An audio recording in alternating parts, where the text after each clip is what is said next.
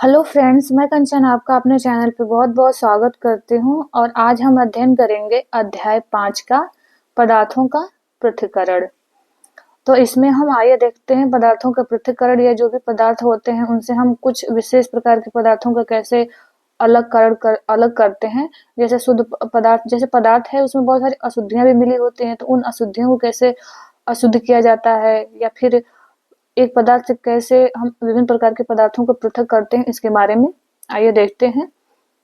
देखिए यहाँ पे दिया है कि जैसे हमारे जो दैनिक जीवन होता है, हम बहुत सारे ऐसे उदाहरण देखते हैं जिनमें हम पदार्थों के किसी मिश्रण से पदार्थों को क्या करते हैं, पृथक करते हुए देखते हैं। जैसे चाय बनाते समय चाय ने हमने बनाया तो चाय से चाय पत्तियों को चालने के द्वारा उसको या छलने के द्वारा अलग करते हैं। जैसे यहाँ पे देखिए ये वो बनाया जा रहा है, क्या मक्खन निकाला जा रहा है, दही से मक्खन अलग किया जा रहा है, तो ये कैसे निकालते हैं। तो ये सारी चीजों के बारे में इसमें दिया है। और इसके बाद हम क्या करते हैं, फसल कटाई के पश्चात अनाज को भूसे से पृथक करते हैं। मक्खन को पृथक करने के लिए दूध या दही का मंथन किया जाता है, मंथन करके उसे मक्खन निकालते हैं।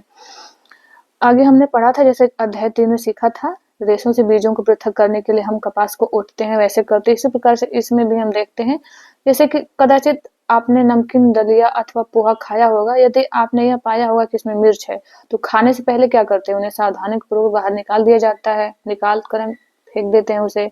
कल्पना कीजिए कि एक टोकरी में आम और अमरूद भरे हैं, तो आप इसमें इनके पृथक करने के लिए कहा गया होगा, तो आप क्या करेंगे, इनके लिए आप एक प्रकार के फलों को उठाकर किसी पृथक बर्तन में रखेंगे, तो ये अलग हो जाएगा इस तरह से। जैसे यहाँ पे दिया हुआ है कि ऐसा करना सरल प्रतीत होता है, तो हाँ, तो फलों से फलों को अलग करना है तो काफी आसान होगा।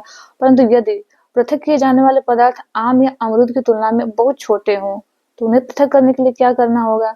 कल्पना कीजिए कि यदि आपको रेत और नमक के मिश्रण से भरा कोई गिलास दिया जाए, आप इसमें से नमक और रेत को, बालू को अलग करिए, तो क्या करेंगे। तो मिश्रण से रेत के कणों को हाथ से बीनना पृथक करने की सोचना भी असंभव है, कि बहुत असंभव ही कार्य वो लगेगा करना। आगे दिया है कि पृथक करने का, आगे दिया है कि इसमें कुछ प्रक्रम दिए गए क्रियाकलाप 1 में, कि पृथक करने का उद्देश्य अथवा अवयवों को पृथक करने के ढंगों का कॉलम बनाइए। यानी किसी भी चीज को हम पृथक कर रहे हैं, अलग अलग कर रहे हैं, तो एक तो पहला उद्देश्य हुआ, किस उद्देश्य के लिए हम इसको पृथक कर रहे हैं, और अब उसको पृथक करने में किस प्रकार के ढंग का प्रयोग करना पड़ रहा है। तो अलग अलग प्रकार की वस्तुएं होंगी, तो उसको पृथक करने का हमें उद्देश्य भी अलग, यदि उद्देश्य एक भी है तो हमें क्या करना होगा, उनका ढंग अलग अलग होगा, अलग अलग या अलग अलग विधि अपनाना पड़ेगा उनको पृथक करने के लिए। अब सेब फल के जैसे खाना है हमें, तो फल अभी उदाहरण दिया था कि आम और सेब को अलग करिए, तो काफी आसानी से हम अलग कर सकते हैं, उसको भी खाना ही हमारा उद्देश्य है। अब जैसे गेहूं हो गया, गेहूं को भी हमारा खाना उद्देश्य है, उसको अब आटा बनाएंगे, उसका रोटी बनाएंगे, खाएंगे, तो उद्देश्य तो उसका भी एक है, लेकिन अब उसको अलग करना है हमें, तो उसके लिए अलग विधि अपनानी पड़ेगी, गेहूं को अलग करने के लिए भूसे से। तो यहाँ पे दिया है कि आप कॉलम बनाएंगे और उन वस्तुओं को देखिए। देखिए आगे हम देखते हैं, दिया है कि यहाँ पे हम पदार्थों को पृथक क्यों करते हैं। पहला तो दिया है कि उद्देश्य के लिए, यहाँ दिया है कि उद्देश्य जिसके लिए हम पृथक करते हैं, कोई उद्देश्य होगा कि हाँ भाई अब इसमें से हमें, जैसे अब दूध और दही है, हमें दूध नहीं खाना है, हमें मक्खन खाना है, तब उद्देश्य मक्खन खाना, तो हम दूध से क्या करते हैं, मक्खन निकालते हैं, तो ये उद्देश्य हो गया। फिर पृथक अवयवों का हम क्या करते हैं, जो पृथक अवयव निकलते हैं उसका उपयोग क्या करते हैं। यहाँ दिया है कि चावलों से पत्थरों को पृथक करना, चावल से पत्थर को पृथक करना है, उसका उद्देश्य क्या है, दो भिन्न परंतु उपयोगी पदार्थों को पृथक करना। यहाँ दिया है हम ठोस अवयवों को क्या करते हैं, फेंक देते हैं। तो जो ठोस अवयव है या अशुद्धियां हैं, जैसे हम अशुद्धियों को क्या करेंगे, फेंक देंगे। हम दोनों अवयवों का उपयोग क्या करते हैं, हम दोनों अवयवों का उपयोग करते हैं। अच्छा यहाँ देखते हैं, देखिए दिया है कि मक्खन प्राप्त करने के लिए दूध का मंथन करते हैं, उद्देश्य जिसके लिए हम पृथक करते हैं, अनुपयोगी अवयवों को दूर करने के लिए, और हम अशुद्धियों को फेंक देते हैं। जैसे चाय की पत्तियां हमें पृथक करना है, तो इसमें से हानिकारक अवयवों अथवा अशुद्धियों को दूर करना, और हम दोनों अवयवों का उपयोग क्या करते हैं, करते हैं। देखिए यहाँ दिया है कि प्रक्रम का उद्देश्य, प्रक्रम का उसके उद्देश्य तथा पृथक्कृत अवयवों के उपयोग के ढंग से मिलान कर सकते हैं। हम देखते हैं किसी पदार्थ का उपयोग करने से पहले हमें उसमें मिश्रित हानिकारक अथवा अनुपयोगी पदार्थों को पृथक करने की आवश्यकता होती है। कभी कभी हम उपयोगी पदार्थों को भी पृथक करते हैं, जिनकी हमें अलग से उपयोग करने की आवश्यकता होती है। पृथक पृथक किए जाने वाले पदार्थों के कणों के आमाप अथवा द्रव्य भिन्न भिन्न हो सकते हैं, ये पदार्थ की 3 अवस्थाओं जैसे कि ठोस भी हो सकती हैं, वो अपद्रव्य या द्रव भी हो सकते हैं, गैस में भी हो सकती हैं। तो इसलिए हम किन्हीं पदार्थों के ऐसे मिश्रण का पृथक्करण कैसे करते हैं जिनके गुण धर्मों में अत्यधिक भिन्नता होती है, तो उसका हम क्या करेंगे। देखिए यहाँ दिया है कि पृथक्करण की विधियां हैं कि यानी किस किस प्रकार से हम पृथक्करण कर सकते हैं पदार्थों का। अब हम पदार्थों की पृथक्करण कुछ साधारण विधियों का उल्लेख करेंगे और इन विधियों का उपयोग हम कैसे अपने दैनिक जो जीवन है, दैनिक क्रियाकलाप में करते हैं। सबसे पहले दिया हस्त चयन विधि। हस्त चयन का मतलब हस्त द्वारा चुन चुन के उसे हम क्या करेंगे, निकालेंगे उसमें से। तो क्रियाकलाप 2 में दे रहा है कि दुकान में से खरीदे गए अनाज का एक पैकेट कक्षा में लाइए आप। अब अनाज को कागज की शीट पे फैला दीजिए। क्या आप कागज पे एक ही प्रकार के अन्न कण उसमें दिखाई दे रहे हैं आपको? तो दे रहा है आगे यहाँ पे कि हम क्या पाते हैं, क्या इसमें पत्थर के टुकड़े, भूसी, टूटे हुए अन्न कण अथवा अन्य खाद्य कण हैं? अब हम अपने हाथों से पत्थर के टुकड़े, भूसे और अन्य अन्न जो कण हैं उनको क्या करेंगे, अलग अलग करेंगे। ये हो गया हस्त द्वारा, हस्त चयन विधि।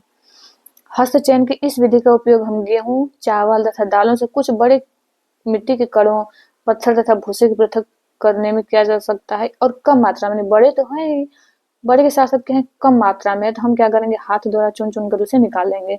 ऐसी अशुद्धियों की मात्रा प्रायः बहुत अधिक नहीं होती है, मात्रा कम होती है और ऐसी स्थितियों में हस्त चयन द्वारा पदार्थों को पृथक करना एक सुविधाजनक विधि लगती है कि हम चलो कम मात्रा में है और बड़ा है तो हम जल्दी जल्दी बीन लेते हैं, इसको बीन करके उसमें से चुन करके निकाल के फेंक देते हैं।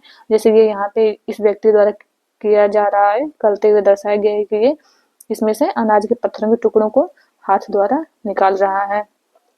तो ये इस प्रकार से हम हस्त चयन करते हैं। थ्रेसिंग क्या होता है? थ्रेसिंग में दिया है कि आप अपने खेत तथा खलिहानों में गेहूं या चावल की सूखी डंडियों, सूखे पौधों के गट्ठर देखे होंगे और ये जो सूखे पौधे जो होते हैं, इन पौधों से अनाज को अलग करने से पहले धूप में सुखाया जाता है। प्रत्येक सूखे पौधों की डंडी पर अन्न कण लगे होते हैं। खेतों में रखे सैकड़ों गट्ठर बांध दिए जाते हैं और एक गट्ठर अन्न कणों की संख्या की कल्पना कीजिए, तो कितने सारे उस पे अन्न कण लगे होते हैं उन गट्ठरों में, उन डंठियों पे। तो किसान अन्न कणों को सूखे पौधों के इतने गट्ठरों से अनाज को कैसे पृथक करते हैं? तो उसको क्या करेंगे, उसे हाथ से पृथक करना, निकाल निकाल कर एक एक कण निकालना अनाज का तो संभव है नहीं, असंभव है। तो क्या आमों तथा अमरूदों को वृक्षों से तोड़ा जा सकता है? तो यह तो आसान है कि इसे हम क्या कर सकते हैं, तोड़ सकते हैं। परंतु अन्न कण आम और अमरूदों की तुलना में बहुत छोटे होते हैं, इसलिए इनको इनके डंडियों से तोड़ना असंभव होगा। अन्न कणों को उनकी डंडियों से कैसे पृथक किया जाता है? तो यही दे रहा है कि कैसे पृथक किया जाएगा, उसे थ्रेसिंग के द्वारा किया जाएगा। थ्रेसिंग विधि द्वारा उसको पृथक करना आसान होगा। तो इस प्रक्रिया में डंडियों को पीटकर अथवा अन्य कणों को पृथक किया जाता है। कभी कभी थ्रेसिंग का कार्य बैलों की सहायता से किया जाता है। यानी पहले में क्या होता था, पहले लोग बैलों से ही थ्रेसिंग करवाते थे, उसको पूरा डंठल का बिछा करके उस पर उनको चलवाया जाता था और उस तरह से अन्न कण फिर निकाले जाते थे, फिर उस तरह से पृथक किया जाता था। तो यही दिया है कि अन्न कण अनाज को पृथक करने की जो प्रक्रिया होती है उसे थ्रेसिंग कहते हैं। बहुत अधिक मात्रा में अन्न कणों को हमें निकालना है तो हम हाथ द्वारा नहीं निकाल सकते हैं, थ्रेसिंग करेंगे। देखिए ये अत्यधिक मात्रा के अन्न कणों की हमें डंठियों से पृथक करना है तो करने के लिए हम थ्रेसिंग मशीनों का उपयोग करते हैं। ये जो थ्रेसिंग किया जाता है वो मशीनों के द्वारा किया जाता है। थ्रेसिंग मशीन में हम क्या करते हैं, गेहूं निकाल लेते हैं उस मशीन द्वारा। आगे दिया है क्या, निष्पावन। निष्पावन क्या है, ये दिया है कि सूखे रेत अथवा लकड़ी की बुरादे अथवा सूखी पत्तियों के पाउडर का एक मिश्रण बनाइए और इस मिश्रण को क्या करें, आप इस मिश्रण को आप किसी प्लेट अथवा समाचार पत्र के ऊपर रखिए और मिश्रण को ध्यान से देखिए। क्या आप दोनों अवयवों को आसानी से पृथक कर सकते हैं? क्या आप दोनों अवयवों के कणों को आमाप समान है दोनों का? क्या हस्त चयन द्वारा इन अवयवों को पृथक करना संभव है? तो क्या करेंगे, अब इस मिश्रण को खुले मैदान में ले जाइए, किसी ऊंचे समतल अथवा स्थान पर खड़े हो जाइए और मिश्रण को प्लेट में अथवा समाचार पत्र पर रखिए। जिस प्लेट अथवा समाचार पत्र पर मिश्रण रखा है उसे पकड़कर हवा में कंधे की ऊंचाई तक ले जाकर थोड़ा सा टेढ़ा मेढ़ा कीजिए, यानी ओसाइए, इसको ओसाना कहते हैं। तो ओसाएंगे आप तो क्या होता है, क्या दोनों अवयव रेत एवं बुरादा या सूखी पत्तियों का पाउडर एक ही स्थान पर गिरते हैं? क्या कोई अवयव ऐसा है जो वायु द्वारा दूर उड़कर गिरता है? क्या वायु मिश्रण के दोनों अवयवों को पृथक करने में सफल हुई? तो किसी मिश्रण के अवयवों को इस प्रकार पृथक करने की विधि क्या, निष्पावन कहलाती है। तो देखिए वो जो करते हैं उसको उठा करके गिराते हैं और हवा में जो थोड़ा भारी पदार्थ होता है वो आगे गिर जाता है, जो हल्के पाउडर होगा उसमें से वो क्या होगा, पीछे हवा उसको उड़ा करके पीछे कर देगी। तो इस तरह से दोनों अलग हो गए। तो इसे ही हमारी भाषा में तो ओसाना कहते हैं और इसे क्या कहते हैं, इसे निष्पावन कहा जाता है, निष्पावन विधि से करते हैं। तो निष्पावन का क्या उपयोग, हम पवनों अथवा वायु के झोंकों द्वारा मिश्रण से भारी और हल्के अवयव, जो उसमें भारी होंगे और कुछ हल्के होंगे, तो उन्हीं अवयवों को पृथक करने में किया जाता है। साधारणतः जो किसान होते हैं इस विधि का उपयोग हल्के भूसे को भारी अन्न कणों से पृथक करने के लिए करते हैं। जैसे कुछ ऐसे थ्रेसिंग द्वारा भी कुछ ऐसे अनाज उसमें हो जाते हैं जो बच जाते हैं, पूरे थ्रेसिंग द्वारा पूरे नहीं निकल पाते हैं साफ साफ, तो उसमें कुछ भूसे और भूसे का, गेहूं का, गांठ का कुछ मिश्रण होता है, तो उनको हम क्या करते हैं, वास क्या दिया है, ये दिया है निष्पावन, निष्पावन द्वारा उसको हम फिर अलग करते हैं। और अधिकांश रूप में हमारी मम्मी दादी ये कार्य करती हैं, तो उनको फिर ये कुछ मात्रा में, कम मात्रा में बचा रहता है तो उसको निष्पावन द्वारा अलग कर लेती हैं गेहूं को भूसों से। देखिए इसमें दिया है कि भूसे के हल्के कण पवन के साथ उड़कर दूर एकत्र हो जाते हैं, जबकि भारी अन्न कण पृथक होकर के निष्पावन प्लेटफॉर्म के निकट ही एक ढेर बना लेते हैं और अलग हुए भूसे को पशु के चारे सहित अन्य कई प्रयोजनों में प्रयोग किया जाता है और अन्न का उपयोग हम अपने लिए कर लेते हैं आटा बनाने के लिए। तो हमने पढ़ा, आप अब हस्त पहले पढ़ा, फिर थ्रेसिंग विधि पढ़ा, हस्त चयन, थ्रेसिंग, निष्पावन। अब देखते हैं चालन। चालन विधि क्या है, चालन द्वारा हम क्या अलग करते हैं। कभी कभी हमें आटे से व्यंजन बनाने की इच्छा होती है, उसमें उपस्थित जो चोकर होता है, चोकर यानी जो गेहूं का जो कह सकते हैं कि जो छिलका हो सकता है उसमें जो रहता है, बिल्कुल महीन नहीं रहता, उसे चोकर कहते हैं। वही चोकर तथा अन्य अशुद्धियों को पृथक करने के लिए हम क्या करते हैं, चालन का उपयोग करते हैं, चालन विधि। इसकी आवश्यकता होती है। इसके लिए हम चालन, एक छन्नी का उपयोग करते हैं और उसमें आटा डालते हैं। जैसे देखिए डाला जा रहा है, इसमें आटा डालेंगे, इसको हिलाएंगे, फिर इसमें से आटा के जो महीन आटा होगा वो नीचे गिरेगा और जो चोकर रहेगा ऊपर हो जाएगा। तो इस प्रकार से हम इस विधि द्वारा देखते हैं। इसमें ये दे रहा है कि अशुद्धियों द्वारा चालन को, इसमें दे रहा है कि छोटे छोटे जो कण चालन के छिद्र द्वारा निकल जाते हैं, अशुद्धियां चालन में रह जाती हैं। तो इस प्रकार से हम करते हैं।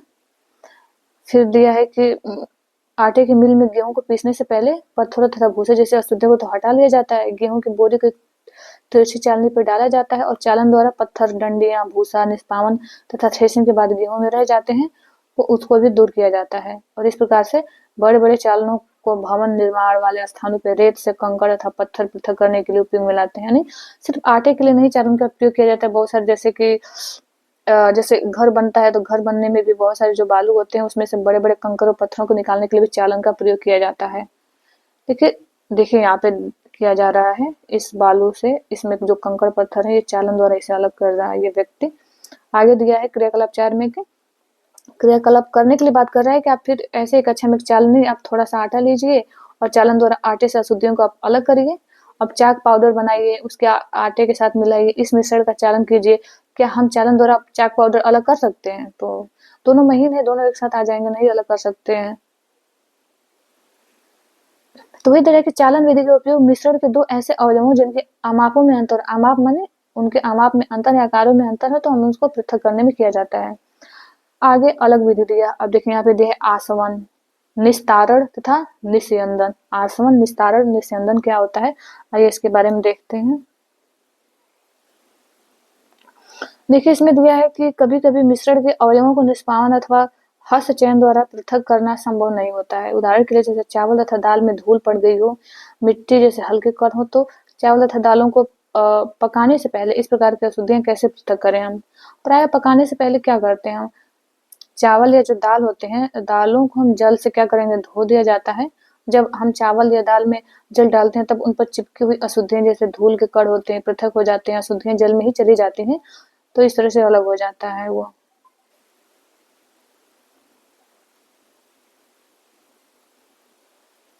तो ऐसे जो इसमें से धूल के कण होते हैं पृथक हो जाते हैं और ये अशुद्धियां जल में चली जाती हैं।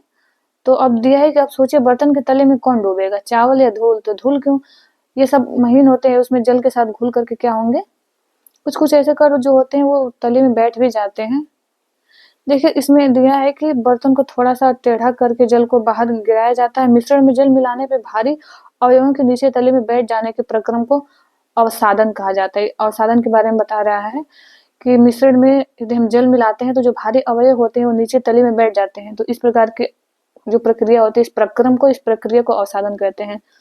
जो अवसादित मिश्रण को बिना हिलाए जल को मिट्टी सहित उड़ेलने की क्रिया को क्या कहते हैं? निस्तारण कहते हैं। तो ये तो जो बैठ जाता है वो अवसादन हो गया। कुछ मिश्रण जो होते हैं भारी तत्व कण, तो उसको अवसादन द्वारा निकाला जाता है। कुछ को दिया रहे कि जो अवसादित मिश्रण को बिना हिलाए जल को मिट्टी सहित क्या किया जाता है? उड़ेल जो दिया जाता है, जो बाहर उड़ेल दिया जाता है, जल जो मिट्टी होता है घुल करके उसमें बाहर निकल जाता है, उसको कहते हैं निस्तारण। निस्तारण द्वारा इसे अलग कर दिया जाता है। आगे देखिए, अब हम ऐसे अन्य मिश्रणों का पता लगाते हैं जिसमें अवयवों को अवसादन तथा निस्तारण विधि द्वारा पृथक किया जा सकता है। अवसादन हुआ, निस्तारण। यहाँ दिया देखिए मिट्टी एवं जल का मिश्रण है, ये मिट्टी, इसमें जल का मिश्रण है। अघुलित पदार्थ मिट्टी दिखा रहा है कि इस जल में कि किसी मिश्रण के दो अवयवों को अवसादन तथा निस्तारण द्वारा पृथक करना इस गिलास में लिया गया है।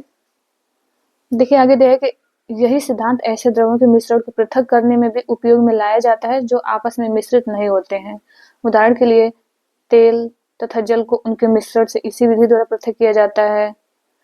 इस विधि द्वारा पृथक किया जा सकता है। यदि द्रव के ऐसे मिश्रणों को कुछ समय के लिए रहने दिया जाए तो दो पृथक पृथक परतों में वो बढ़ जाते हैं। इसके बाद जो अवयव ऊपरी परत बनाता है उसे हम निस्तारित कर देते हैं। निस्तारण द्वारा हमें अलग कर लेते हैं। निस्तारण यानी दूसरे बर्तन में उसको गिरा के ऊपर का जो अवयव है उसे पृथक पृथक कर लेते हैं। फिर से हम क्या करते हैं, ठोस तथा द्रव के किसी मिश्रण पर विचार करें तो चाय हम तैयार कर रहे हैं, तो चाय तैयार करने के बाद चाय की पत्तियां पृथक करने के लिए क्या करते हैं, हम अक्सर छलनी का प्रयोग करते हैं और निस्तारण विधि का उपयोग करके देखें इसके द्वारा कुछ सहायता मिलती है। परंतु क्या आपको चाय में कुछ पत्तियां अब यदि निस्तारण करते हैं तो हम छन्नी का प्रयोग नहीं करते हैं, सिर्फ निस्तारण करते हैं कि ठीक है जो चाय की पत्तियां नीचे बैठ गई होंगी तली में, या फिर हम इसको अलग कर लेते हैं। तो ऐसे क्या संभव है निकालना? तो यहाँ दिया है कि उसके बाद भी मिलती हैं पत्तियां। अब चाय को एक छन्नी में डाल दीजिए, क्या चाय की सारी पत्तियां छन्नी में रह जाती हैं? इस प्रक्रम को निस्यंदन कहते हैं। तो निस्तारण द्वारा चाय छनना आसान नहीं है। निस्तारण भी करते हैं तो भी उसमें पत्तियां चाय में आई जाएंगी, वो चाय व पत्तियों का मिश्रण तभी देखने को मिलेगा। शुद्ध रूप से चाय व चाय की पत्तियां अलग नहीं हो सकती है निस्तारण द्वारा। तो इसके लिए हम क्या करेंगे, निस्यंदन का प्रयोग करेंगे चाय छानने के लिए। तो इस प्रक्रम को हम निस्यंदन द्वारा फिल्टर करना कहते हैं और इस द्वारा चाय को हम छन्नी द्वारा छान करके चाय पत्तियों से अलग करते हैं। आगे दिया है कि आइए अब हम अपने उपयोग में आने वाले जल के उदाहरण पर विचार करें। क्या हम सभी को हर समय पीने के लिए सुरक्षित जल मिलता है? कभी कभी नलों से गंदला जल प्राप्त होता है। तालाबों तथा नदियों में एकत्रित किया गया जल भी क्या होता है, पंकिल होता है, वो भी गंदला ही होता है, विशेषकर बरसात के बाद। आइए अब हम देखते हैं कि क्या हम पृथक्करण की कुछ विधियों द्वारा जल से मिट्टी कैसे अविलेय अशुद्धियां दूर कर सकते हैं। क्या दूर कर सकते हैं उनको कि नहीं कर सकते हैं? वही दे रहा है कि तालाब या नदी का जो पंकिल जल है उसको लीजिए, यदि हम मिल सके तो एक गिलास जल में थोड़ी मिट्टी मिला दें और आधे घंटे के लिए छोड़ दें। जल का सावधानीपूर्वक परीक्षण कीजिए और फिर देखिए और उसे लिखिए क्या हो रहा है। क्या गिलास की तले में कुछ मिट्टी बैठ गई है? ऐसे क्यों हुआ है? इस प्रक्रम को आप क्या कहेंगे? अब जल को बिना हिलाए गिलास को थोड़ा तिरछा कीजिए। गिलास के ऊपर के जल को आप दूसरे गिलास में उड़ेल दीजिए। आप इस प्रक्रम को क्या कहेंगे जो नीचे बैठ गया? क्या दूसरे गिलास का जल अब भी पंकिल अथवा भूरे रंग का है? तो अब इसका निस्यंदन कीजिए आप। क्या चाय वाली छन्नी से यह कार्य किया? आइए कपड़े की सहायता से जल को निस्यंदन करने का प्रयास करते हैं। तो कपड़े के टुकड़े में बुने हुए तागों के बीच में छोटे छोटे छिद्र अथवा रंध्र होते हैं और कपड़े के इन्हीं छिद्रों का उपयोग निस्यंदन के रूप में किया जा सकता है। तो जैसे छन्नी के रूप में हम चाय छानने के लिए निस्यंदन का उपयोग कर रहे हैं, तो हम कपड़े का उपयोग कर सकते हैं निस्यंदन करने के लिए। देखिए दिया है कि यदि जल अब भी गंदला है तो अशुद्धियों को क्या करेंगे, फिल्टर पात्र द्वारा निस्यंदित कर सकते हैं, जिसमें और भी छोटे छोटे रंध्र हैं, उनको और छोटे छोटे रंध्रों का हम प्रयोग करेंगे फिल्टर करने के लिए। फिल्टर पत्र एक ऐसा निस्यंदक होता है जिसमें अत्यंत सूक्ष्म छिद्र होते हैं। इस फिल्टर पत्र के उपयोग से संबंधित विभिन्न चरण दर्शाए गए हैं। फिल्टर पत्र को आप शंकु के रूप में मोड़कर कीप में लगा दिया जाता है। इसके पश्चात मिश्रण को क्या होता है, फिल्टर के पत्र के ऊपर हम गिराते हैं। फिर मिश्रण के जो ठोस कण हैं इसके छिद्रों से नहीं गुजर पाते हैं तथा फिल्टर पत्र पर ही रह जाते हैं। देखिए फिल्टर पत्र द्वारा निकाला जा रहा है कि फिल्टर पत्र और सूक्ष्म, बिल्कुल सूक्ष्म, उसमें कहेंगे होल होता है, बहुत छोटे छोटे होल होंगे। उससे क्या होगा, जल का शुद्ध कण ही जो रहेगा वो नीचे जा पाएगा। बाकी जो उसमें अशुद्धियां रहेंगी सब उस फिल्टर पत्र के ऊपर ही क्या होंगे, रुक जाएंगे। तो इसमें ये दिखाने का प्रयास करें कि फिल्टर पत्र है, इसको लिए हैं, इसको ऐसे बनाएं बना करके इस जो कीप हो गया इसमें लगाए हैं, फिर इसमें से अशुद्धियां डाले हैं, तो इसमें हमें देख पा रहे हैं तो हमें शुद्ध जल दिख रहा है, इसमें साफ लग रहा है, ये गंदला जल नहीं है। तो इस प्रकार से निस्यंदन करने के लिए कह रहे हैं कि इसके द्वारा भी हम क्या कर सकते हैं, निस्यंदन कर सकते हैं।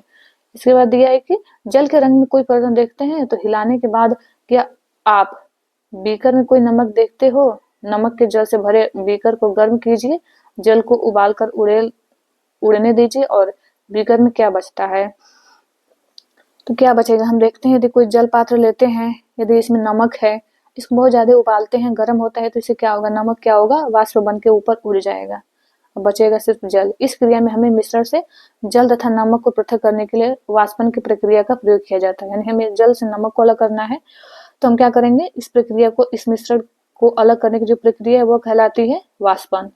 यानी वाष्पित होकर के जो नमक का मिश्रण होता है वो अलग हो जाता है और सिर्फ जल बचा रहता है, तो इसे हम कहेंगे वाष्पन क्रिया कहते हैं, वाष्पन प्रक्रिया द्वारा। देखिए दिया है कि जल को उसके वाष्प में परिवर्तन करने की प्रक्रिया को वाष्पन कहते हैं, और जहाँ पे जल होता है वाष्पन की प्रक्रिया निरंतर होती रहती है। जहाँ पे जल होगा, यदि तापमान बढ़ रहा है या सागरों का जल हो, नदियों का जल हो, तापमान बढ़ रहा है तो उसका क्या होगा, जल वाष्पित होगा ही, वाष्पन होता ही रहेगा। आपके विचार से नमक कहाँ से आता है, अब नमक की इसमें बात कर रहे हैं कि कहाँ से आता होगा। समुद्र के जल में अत्यधिक मात्रा में लवण मिश्रित होते हैं, इन्हीं लवणों में से एक लवण साधारण नमक है। जब समुद्र के जल को बड़े बड़े उथले गड्ढों में भर के छोड़ दिया जाता है तो सूर्य के प्रकाश द्वारा क्या होता है, जल गर्म होकर के वाष्पन द्वारा धीरे धीरे वाष्प में बदलने लगता है और कुछ समय बाद सारा जल वाष्पित हो जाता है तथा ठोस लवण नीचे बच जाते हैं। तत्पश्चात इन लवणों के मिश्रण का शोधन करके ही साधारण नमक जो हम बनाते हैं, ये साधारण नमक इस तरह से ही तैयार किया जाता है, वाष्पन द्वारा ही। जैसे देखिए ये दिखाया गया समुद्र के, जैसे समुद्र का तट हो गया आपका, इसमें समुद्र का ये जल हो गया, इसको जब जल ज्वार भाटा या फिर जिस लहरों द्वारा अंदर आता है तो इसमें क्यारियां बना ले जाती हैं, छोटी छोटी क्यारियां बना ले जाती हैं, जैसे हम अपने खेतों में क्यारियां बनाते हैं मेड़बंदी करके, तो ऐसे क्यारियां बना ली जाती हैं और इसमें से जल क्या होता है, वाष्पित होने लगता है, वाष्पन द्वारा जल खत्म हो जाता है और जो लवण होती है इसमें देखिए सूखा सूखा बचा इसमें रह जाता है, तो इसी लवण से साधारण नमक बनाई जाती है। इसमें दिया है कि पृथक्करण की एक से अधिक विधियों का उपयोग, पृथक्करण की एक से अधिक विधि का उपयोग हम किसमें करते हैं, इसे दिया है कि हमने पदार्थों को पृथक करने की कुछ विधियों के बारे में अध्ययन किया है। ऊपर हमने बहुत सारी विधियां देखी हैं। प्राय किसी मिश्रण में उपस्थित विभिन्न अवयवों को पृथक करने में केवल एक विधि का उपयोग पर्याप्त नहीं होता है और ऐसी स्थिति में हम क्या करेंगे, हमें एक से अधिक विधियों का उपयोग करने की आवश्यकता होती है, तो हम इसमें एक से अधिक विधियों का उपयोग कर सकते हैं। जैसे यहाँ दिया है कि आप क्रियाकलाप 7 में दिखाया गया है कि रेत और नमक का मिश्रण लीजिए, इसमें आप कैसे पृथक करेंगे। हमने पहले भी देखा है कि हम हस्त चयन विधि से इसकी पृथक्करण के लिए व्यवहारिक नहीं होगी, क्योंकि नमक और रेत को तो हस्त चयन द्वारा नहीं हो सकता है। इस मिश्रण को हम बीकर में रखे, तो आप बीकर में रखते हैं और इसमें कुछ जल मिलाइए, इसके बाद बीकर को कुछ समय के लिए एक ओर रख दीजिए। क्या आप ये देखते हैं कि रेत बीकर की तली में बैठ जाता है, तो हाँ, तो रेत इसमें तली में बैठ जाएगा और इसे हम निस्तारण या निस्यंदन द्वारा पृथक कर सकते हैं। निस्तारित द्रव में क्या होता है, क्या है, क्या आप सोचते हैं कि इस जल में वही नमक है जो कि आरंभ में मिश्रण में था, तो वही बता रहा है कि अब इस निस्तारित द्रव से नमक व जल को पृथक करना। अब मान लीजिए कि वो तो हमें निस्तारित जल है, तो जल में तो नमक है, अब इस नमक को क्या करेंगे, हमने पहले तो इसको निस्तारित तो कर लिया, निस्तारित से सिर्फ हमें नहीं मिल पाया जल, तो अब इस द्रव को किसी केतली में भर करके इसका ढक्कन बंद करिए। अब कुछ समय तक केतली को गर्म कीजिए। क्या आप केतली की टोंटी से भाप निकलती देखेंगे, तो अब उसमें से हम देखेंगे भाप निकल रहा है। तो इस प्रकार से वो जो वाष्प निकलता है उसे हम, जैसे देखिए इस केतली में दिखाया जा रहा है, इसको गर्म कर रहे हैं तो ये वाष्प निकल रहा है। तो ये दे रहा है कि एक धातु की प्लेट लीजिए जिस पर कुछ बर्फ रखी हो और प्लेट की केतली को टोंटी के ठीक ऊपर पकड़िए, जैसे चित्र इसमें 5.13 में दिखाया गया है। इस तरह से आप पकड़िए इसे, और अब इसमें से हम क्या देखेंगे कि सारे जो जल है भाप में बदलने लगता है वाष्प के रूप में और ऊपर होने जाने लगता है। उसे हम प्लेट के द्वारा उस वाष्प को रोकते हैं, तो या ठंडी प्लेट से या ठंडी बर्फ से, तो जब भाप बर्फ से ठंडी की गई प्लेट के संपर्क में आती है तो वो क्या होती है, संघनित होती है। संघनित होकर क्या होती है, अब वो वाष्प से द्रव जल बन जाती है, द्रव में बदल जाती है और प्लेट के नीचे से बूंद बूंद होकर के नीचे किसी पात्र रखे हुए पात्र में वो हम क्या कर सकते हैं, उसे गिरा सकते हैं। तो जल संघनन द्वारा भाप बनता है।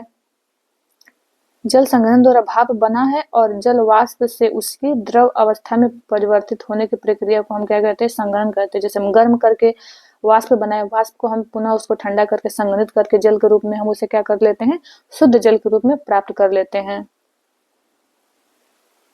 देखिए इसमें आगे देखिए, जब सारा जल वाष्पित हो जाता है तो फिर केतली में फिर क्या छूटा रहेगा, तो केतली में क्या होगा, वो लवण होगा, वो नमक छूटा रहेगा। इस प्रकार हमें मिश्रण से नमक, रेत, पहले तो हमने क्या किया, निस्तारण द्वारा रेत अलग कर लिया, फिर इस वाष्पन द्वारा हमने क्या कर लिया, नमक जल को फिर उसे जल निस्तारित कर लिया।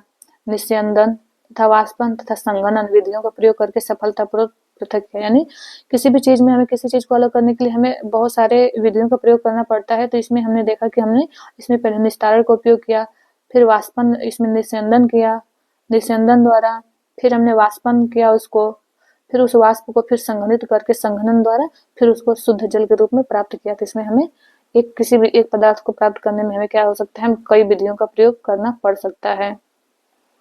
आगे दिया है कि क्या जल किसी पदार्थ की कितनी भी मात्रा को घोल सकता है, कितनी भी मात्रा को वो घोल सकता है या नहीं।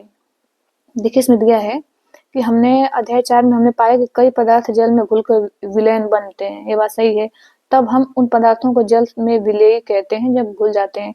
यदि हम जल की मात्रा निश्चित रखकर उस पदार्थ की मात्रा निरंतर बढ़ाते जाएं तो क्या होगा। अब दे रहा है, अब क्या होगा, इसमें आगे दिया है क्रियाकलाप 8 के बारे में। देखिए इसमें क्रियाकलाप 8 में दे रहा है कि इस कार्य के लिए हमें क्या करना होगा, एक बीकर अथवा गिलास, 1 चम्मच नमक, जल की आवश्यकता होगी। आधा कप जल बीकर में हम डालते हैं और 1 चम्मच नमक उसमें डालकर तब तक विलोड़ित कीजिए, यानी हिलाइए तब तक कि पूरी तरह से उसमें घुल न जाए। अब फिर 1 चम्मच नमक डालिए और भली भांति विलोड़ित कीजिए और इसी प्रकार 1 चम्मच करके नमक मिलाते तथा विलोड़ित करते जाइए। 1-1 चम्मच आप उसमें मिलाते जाइए। कुछ चम्मच भर नमक मिलाने के बाद क्या आप यह पाते हैं कि कुछ अविलेय नमक अब बच जाता है, यानी और बीकर की तली में बैठ जाता है। यदि हाँ तो इसका अर्थ यह हुआ कि अब इस जल में अधिक नमक नहीं घुल सकता है। अब यह क्या हो गया है, जल, यह विलयन बिल्कुल क्या संतृप्त हो चुका है, यानी बिल्कुल भर चुका है नमक से। अब और अधिक नमक ग्रहण करने की क्षमता इस जल की नहीं है। तो यहाँ यह संकेत है कि यह बता रहा है कि उस समय संभवतः क्या गलत हुआ, जब पहेली ने रेत में, देखिए नमक में जल, जैसे हम पढ़े ना अभी कि क्या जल की मात्रा कितने भी पदार्थ को अपने अंदर घुलित कर सकता है, तो नहीं, वो उसकी भी एक क्षमता होती है। और जब वो उतना नमक ग्रहण कर लिया, अब उसके बाद वो ग्रहण नहीं कर पा रहा है, एब्जॉर्ब नहीं कर पा रहा है, यानी वो जल क्या है, संतृप्त हो चुका है। यदि अधिक मात्रा में मिले नमक की पुनः प्राप्ति का प्रयास किया था, कदाचित नमक की मात्रा संतृप्त विलयन बनाने के लिए आवश्यक मात्रा से बहुत अधिक थी। अविलेय नमक, जो अविलेय नमक है वो रेत के साथ मिला रह गया, जिसे पुनः प्राप्त नहीं किया जा सकता, और वह अधिक मात्रा में जल का उपयोग करके अपनी समस्या हल कर सकती थी। कल्पना कीजिए कि उसके पास मिश्रण में सारे नमक को घोलने के लिए पर्याप्त मात्रा में जल नहीं है। क्या किसी अन्य उपाय द्वारा जल की उसी मात्रा में संतृप्त विलयन बनाने से पूर्व पहले से अधिक नमक घोला जा सकता है? आइए हम पहले की सहायता से करने का प्रयास करते हैं। ऐसा क्रियाकलाप 9 देखते हैं, इसमें किस प्रकार ये समझाया जा रहा है। बीकर में कुछ जल लीजिए तथा उसमें तब तक नमक मिलाइए जब तक कि इसमें और नमक न घुल सके, और इस प्रकार हमें नमक का जल में संतृप्त विलयन प्राप्त होता है। अब इस संतृप्त विलयन में कम मात्रा में नमक मिलाइए और इसे गर्म कीजिए, तो हम क्या पाएंगे कि बीकर की तली जो है, तली वाले नमक का क्या हुआ, क्या अब यह घुल गया है? यदि हाँ तो क्या इस विलयन को गर्म करने पे इसमें और अधिक नमक घोला जा सकता है? जैसे वो उसको हमने गर्म कर दिया और गर्म करके हम क्या इसमें और अधिक नमक मिला सकते हैं? तो इस गर्म विलयन को ठंडा होने दीजिए। क्या बीकर की तली में नमक पुनः बैठता दिखाई देता है? यह क्रियाकलाप सुझाता है कि गर्म करने पे नमक की अधिक मात्रा घोली जा सकती है। यानी ठंडा है तो ठंडा है, तब तक हम उसे क्या कर रहे हैं, उसमें अब वो धारण करने की क्षमता उसकी समाप्त हो चुकी है और नमक को वो नहीं विलय कर पा रहा है जल, तो यानी संतृप्त हो चुका है। लेकिन कह रहा है कि हम उसे गर्म करके उसमें और अधिक नमक की मात्रा को हम क्या कर सकते हैं, मिला सकते हैं उसमें। क्या जल में विभिन्न विलेय पदार्थों की समान मात्रा घुलती है? आइए पता लगाते हैं। देखिए क्रियाकलाप 10 में दिया है कि 2 गिलास ले लीजिए और प्रत्येक में आधा कप पानी लीजिए और 1 गिलास में नमक का चम्मच मिलाइए, 1 चम्मच नमक। इसी तरह नमक चम्मच मिला करके यहाँ पे ये दिखाया है कि यहाँ पे जैसे ये कहाँ गया, यहाँ दिया है, यहाँ पे सारे बनाए पदार्थ व जल में घुलने वाले पदार्थों की मात्रा, चम्मचों की संख्या, इसी तरह नमक का बना सकते हैं और चीनी का बना सकते हैं, उसमें घुलित हो रहा है कि नहीं। तो देखिए इसमें ये वही बताने का प्रयास कर रहा है कि आप इसी तरह विलेन बनाइए और देखिए क्या होता है। जैसे हमने नमक कर लिया, उसी तरह अब इसमें चीनी का बनाने के लिए बोल रहा है कि आप चीनी को इसी क्रियाकलाप द्वारा उसी प्रकार आप दोहराइए, देखिए क्या होता है। जिस प्रकार नमक फिर उसको एब्जॉर्व करने से जल रुक गया है या नहीं, उसको विलेत कर पा रहा है, तो क्या चीनी को भी वैसे ही करेगा, वैसे ही वो चीनी भी उसमें विलेत होने से रुक जाएगी। तो वही मुख्य जो इसका उद्देश्य समझाने का यही बताया है कि हमने ये अभी सीखा है कि पदार्थ को द्रव में घोलने से विलेन बनता है। यदि विलेन में और पदार्थ न घुल सके तो यह संतृप्त विलेन कहलाता है। तो यही संतृप्त व असंतृप्त विलेन समझा रहा है, यानी किसी भी जल में किसी भी हम नमक या चीनी घोल रहे हैं, जब तक वो घुलता जा रहा है यानी वो भी असंतृप्त है, बिल्कुल उसमें पदार्थों को भी और विलय करने की क्षमता है। जब तक असंतृप्त है तब तक क्षमता है, तब तक वो घोलेगा, और जैसे ही उसकी क्षमता समाप्त हो जाती है और पदार्थों को अपने अंदर विलय करने की क्षमता खत्म, तो उसे हम कहते हैं संतृप्त विलयन, यानी यह विलयन संतृप्त हो चुका है। तो मिलते हैं नेक्स्ट वीडियो में। आपसे हम्बल रिक्वेस्ट है कि इस चैनल को सब्सक्राइब कर लें और अपने दोस्तों को भी शेयर करें। ये वीडियो देखने के लिए आप लोगों का बहुत बहुत धन्यवाद।